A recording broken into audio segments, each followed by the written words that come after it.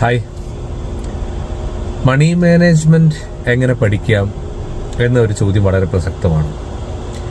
ഞാൻ മണി മാനേജ്മെന്റ് പഠിച്ചത് എൻ്റെ കയ്യിൽ നിന്ന് കുറച്ച് കാശ് പോയപ്പോഴാണ്.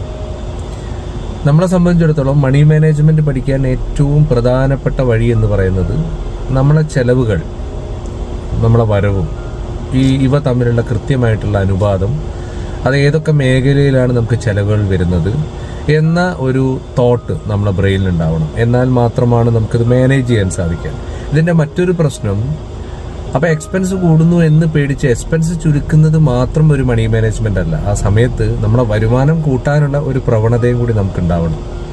ബേസിക്കലി മണി മാനേജ്മെന്റ് പഠിക്കുക ഒരു വ്യക്തി കുറച്ച് കാശ് കയ്യിൽ നിന്ന് പോകുമ്പോൾ ഇനി പോവരുത് എന്നുള്ളൊരു യാഥാർത്ഥ്യത്തിൽ നിന്നുകൊണ്ട് മനസ്സിലാക്കുന്നതാണ് യഥാർത്ഥത്തിൽ money management. So stay positive always.